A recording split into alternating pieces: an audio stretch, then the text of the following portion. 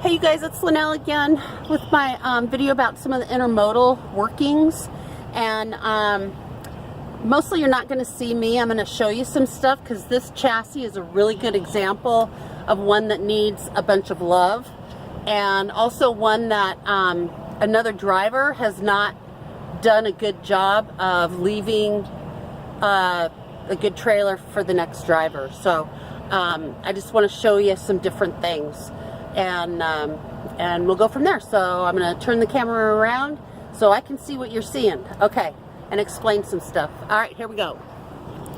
So on the back here, remember I was talking about the pins. So right here, what happens is this turns, this handle, there's a handle down here.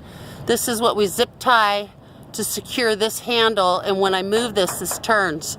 And this gets turned all the way like this, straight on, and on both sides. So down here, same thing. When you leave it at the rail yard, because then it's open and so they can take the container off the chassis. So this is the box and this is the chassis. And so again, you can see here's the zip tie securing it, and they're just junky. So the other thing is I want to show you what a driver left for me is this. So this right here is not proper way to install a new light. There, and then here's another one. This is the license plate light, and instead of getting a tool or whatever and doing it right, they zip tied it, which if I got a DOT guy who was in a bad mood, he probably would not be happy. I also just noticed that this one is only got one of the grommets on. So one of the things that you have to do when there's a problem with the lights is you have a small chisel and you bust these off. So chisel and hammer, you bust those off, and then you can see right here, this is a big one, but we have these gaskets. So you pop this whole thing comes off because this is one piece. And so you replace it with a rubber. So we have smaller ones to go on these, and then there's these and the big ones. So that's what you replace it with.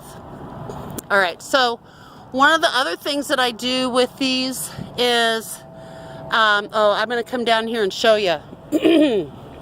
All right, so on the landing gear, excuse me, not the landing gear, the tandems. So I don't know if you can see this. You should see it pretty well, this.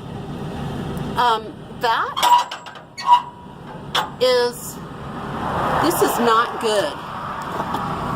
You see, the only thing holding this is not much more than some wire coat hanger stuff.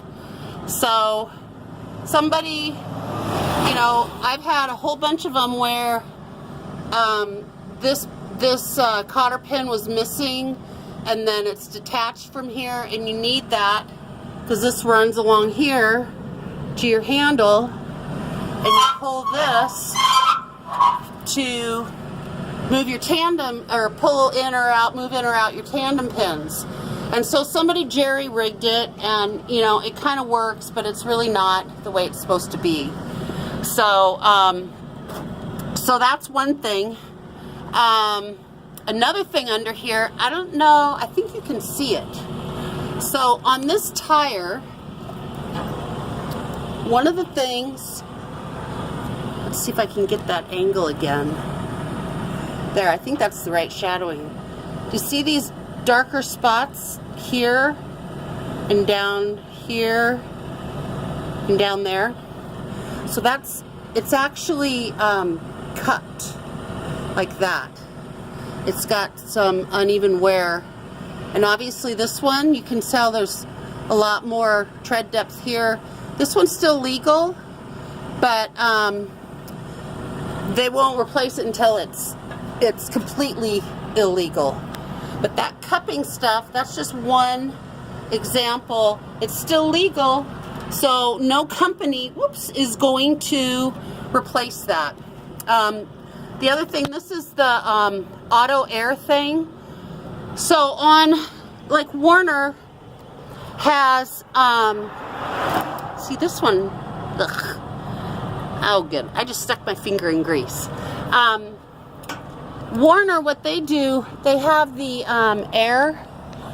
I'll let you look at me for a second. I'm all sweaty now. But they have the air things that fill it. I was going to see if this side had them. They don't. But that's what that box was that I showed you. So that's what that thing does. And so that doesn't, that's really nothing. That's for auto-filling the air. And it's a nice thing to have, but it's not mandatory. So now I'm going to show you the best thing you can do for yourself doing intermodal. And honestly, even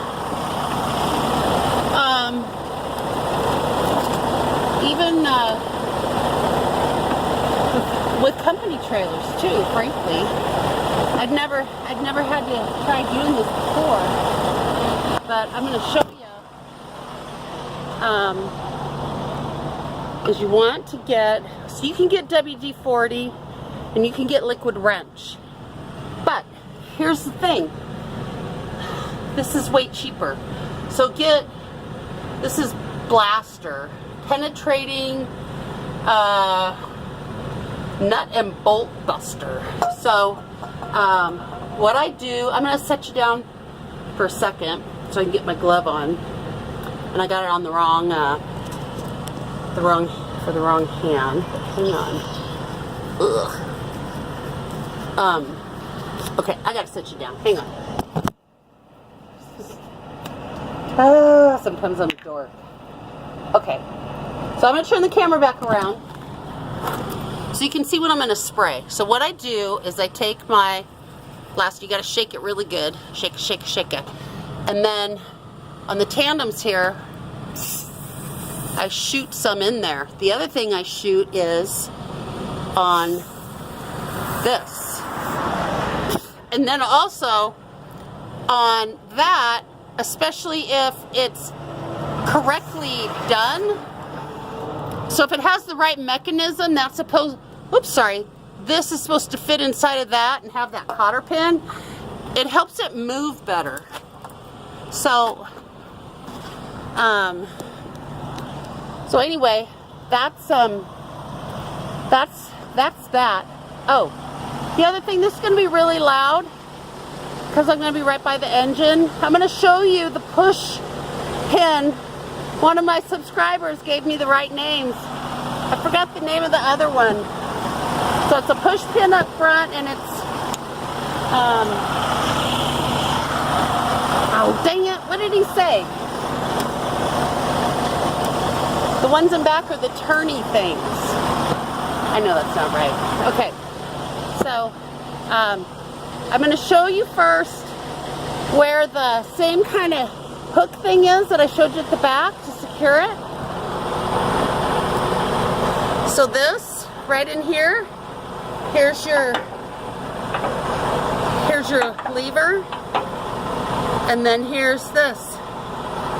So one time when I actually happened a bunch in a row, I picked up some of these, and they, instead of having the push pin pushed all the way in so it's going into the container, they had it pulled out and secured.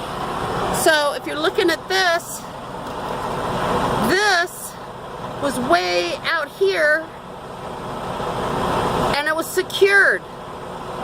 So it was secured in the non-secured thing. So we're going to go underneath and I'm going to show you this bolt, the pin, hopefully right there. So that comes from this thing here, goes through to here. So that's under, so I'll pull away. So it goes from the chassis into the container. So that's the deal with that. So I thought I'm gonna take my gloves off. Oh God, that stuff stinks. So you want to have some of that. I'll do another video with some other. I'll go over some of the tools you need for intermodal, especially if you decide to come to the hub group. The things that you're going to need all the time to fix stuff yourself. So anyway, I'm already sweating. So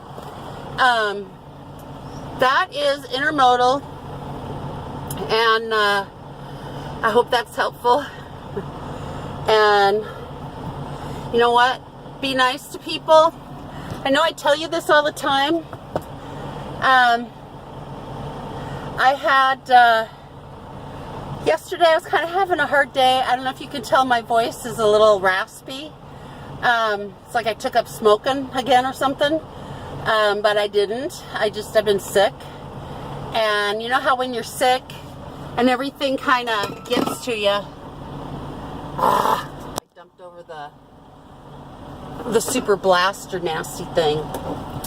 But anyway, when you're sick, everything is worse. And I had a neighbor who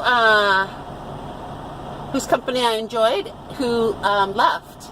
He's had to leave. He's a contractor, and I was really bummed. I really enjoyed his company, and I was feeling, sickly, and I was tired, and I was feeling really blue. And then kind of the hoo-hoo-hoo, nobody loves me, everybody hates me, I think I'll go eat some worms. Well, because that's going to happen on the road, more than likely. I'm a pretty happy person, but, I get lonely, and you can get lonely. And anyway, one of my guys from the Home Depot texted me a bunch last night, and there's a couple of them that would call me baby girl, and I just love that. Makes me smile. So nobody had ever in my life called me baby girl until I came down here. And so it just so I'm gonna get all verklempt. It's good verklempt though. It made me feel loved, and it was perfect timing because I was feeling sad. And so so it was really neat. So you just never know. Don't forget to reach out to people. Even a text can make a difference, and say, hey, I'm thinking about you. And so love a trucker. Love a trucker. Give them some love, and be kind to each other. And you never know, somebody might need that extra little thing. So thanks for watching, and I hope that was helpful. If you got questions, feel free to put them in there. I will answer them. Sometimes it takes me a while, but I'll answer them. I'm heading to the border, so I'll talk to you guys later. Thanks again for being here. The trucking life is a different kind of life, but boy, if you find the right company, do your time, get your experience, and then you can move forward and you can make some really great money. And I'm really loving the hub group. So and I have a new number. I'll put it in the description, the name and the phone number of the lady to contact, the recruiter, because the guy I was working with wasn't very good, and he kind of left one of my friends hanging. So so I'll put her name's Melanie, and I'll put her name and number in, and you can tell her that Linnell sent you. All right, thanks you guys. We'll talk to you later. Thanks for being on this journey with me. Bye.